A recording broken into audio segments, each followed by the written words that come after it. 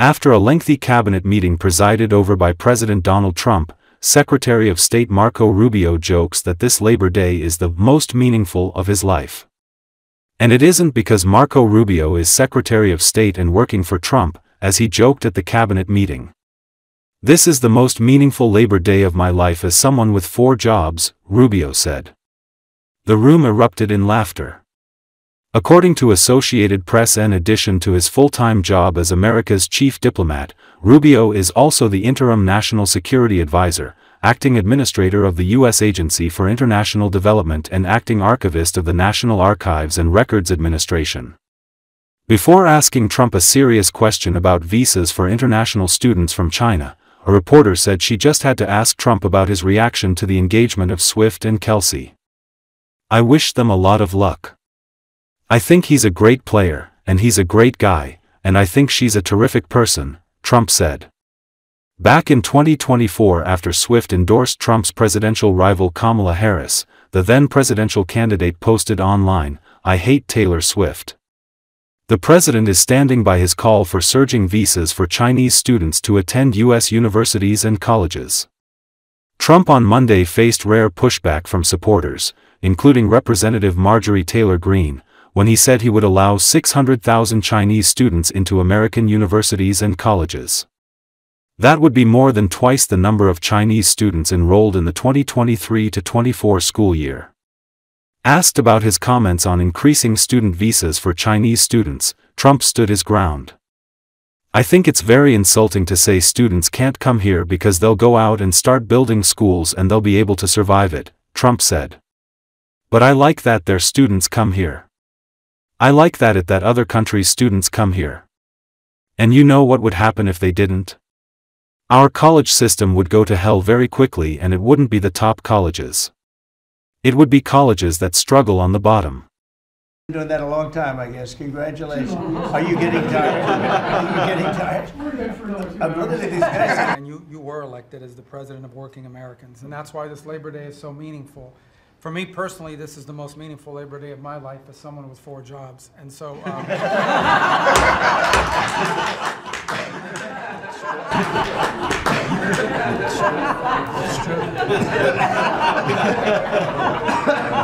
So we've done this for a little while now. I don't think you've ever seen anything like it. And you know, I think Sean was right. These guys that are holding these up, if you ever try holding your hand out for 2 hours, that's a long time. These are pretty strong characters. You've been doing that a long time, I guess. Congratulations. Are you getting tired? Are you getting tired? I'm looking at these guys. They look like they have no problem. It's amazing, actually. It's, I think they would have beaten you guys in the test. So I want to thank you. If you want, you know, it's been a long time. If you want, we could go in and we can call it a day. First, I would love to ask you a serious question, but I have to tell you the biggest pop culture news of the year broke while we were in this cabinet meeting. Travis Kelce and Taylor Swift are engaged, and the world wants your reaction, sir. Well, I wish him a lot of luck. No, I think he's a great player. I think he's a great guy, and I think that she's a terrific person. So I wish them a lot of luck. You respect us again. I respect them. The relationship is very good. I think it's important that these are 2 very major powers. No, Mr. President, in May, Secretary Rubio said that they were aggressively removing visas of Chinese students. Yesterday, you said you wanted to allow 600,000 Chinese students to study in the United States. Could you and the Secretary clarify what is the policy on Chinese students in the United States? Well, we think we're getting along very well with China. And I'm getting along very well with President Xi. I think it's very insulting to say students can't come here, because they'll go out and they'll start building schools and they'll be able to survive it. But I like that their students come here. I like that other countries' students come here. And you know what would happen if they didn't? Our college system would go to hell very quickly. You'd have, and it wouldn't be the top colleges. It would be colleges that struggle on the bottom. And you take out 300,000 or 600,000 students out of the system.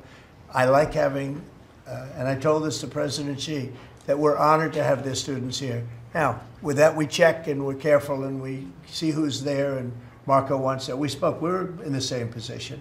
But we have a tremendous college system, the best in the world, nobody even close. That's why China sends them here. And you can call it an industry if you want, but you're talking about millions of people. And I'm honored to have the students from China come here, honest with the media. I wish the media was totally honest with us, but I think they're getting better, to be honest with you. And German Chancellor Friedrich Merz said Tuesday that European leaders expect a meeting between the leaders of Ukraine and Russia within 2 weeks. Putin thinks it right to link this meeting to preconditions that are completely unacceptable from Ukraine's point of view, from ours and from mine personally, so there seems once again to be a delaying strategy on the Russian side, Merz told reporters in Berlin. If there isn't such a meeting as agreed between Trump and Putin, then the ball is back in our court, I mean the Europeans and Americans, Merz added. We would then discuss this again. President Trump offered then to invite to a trilateral meeting, a meeting between him, Putin and Zelensky, that would then, so to speak, be the logical next step, that would have to follow if this meeting that was actually agreed within 2 weeks doesn't happen. According to Associated Press, Merz spoke alongside Canadian Prime Minister Mark Carney, who visited Kiev on Sunday. Zelensky reiterated that he's willing to meet President Putin anywhere neutral. In other words, he doesn't expect President Putin to come to Kiev and he doesn't plan to go to Moscow for that meeting, Carney said. But anywhere else is fair game. A week ago, Trump said he had set in motion arrangements for direct peace talks between Russian President Vladimir Putin and Zelensky. Russian officials have however signaled that such a summit won't happen anytime soon. Trump said Friday he expects to decide on next steps in 2 weeks if direct talks aren't scheduled.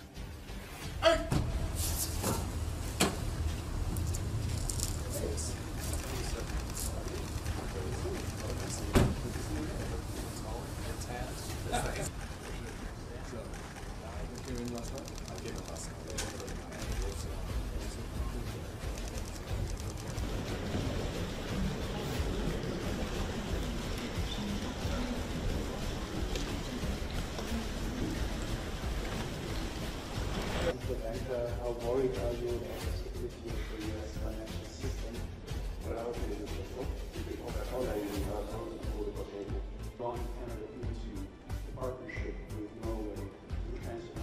In der Tat ist es so, dass ja in unserer Anwesenheit in der letzten Woche Präsident Trump mit Präsident Putin telefoniert hat und wir anschließend über das Telefonat beraten haben.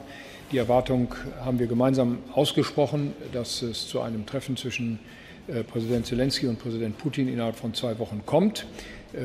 Putin hält es für richtig, dieses Treffen an Vorbedingungen zu knüpfen, die aus der Sicht der Ukraine, auch aus unserer, auch aus meiner persönlichen Sicht völlig inakzeptabel sind. Insofern scheint es hier wieder erneut eine Verzögerungsstrategie auf der russischen Seite zu geben. Wenn es zu einem solchen Treffen nicht kommt, wie zwischen Trump und Putin vereinbart, dann liegt der Ball wieder bei uns. Ich meine damit bei den Europäern und bei den Amerikanern. Wir werden dann erneut darüber beraten. Präsident Trump hat angeboten, dann zu einem trilateralen Gespräch einzuladen, also zu einem Gespräch zwischen ihm, Putin und Zelensky. Das wäre dann sozusagen der logische nächste Schritt, der folgen müsste, wenn es zu diesem eigentlich vereinbarten Treffen innerhalb von 2 Wochen nicht kommt.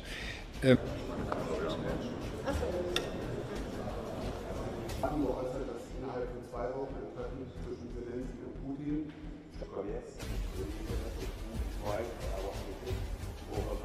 With respect to the potential bilateral meeting, I was in Kyiv 2 days ago, met with President Zelensky, and he reiterated he's willing to meet President Putin anywhere neutral. In other words, he doesn't expect President Putin to come to Kyiv, and he doesn't plan to go to Moscow for that meeting. But anywhere else is fair game. And as the Chancellor just said, we see President Putin putting conditions and conditions, and stalling and being afraid of having this meeting. I'm just trying to down to 15 here.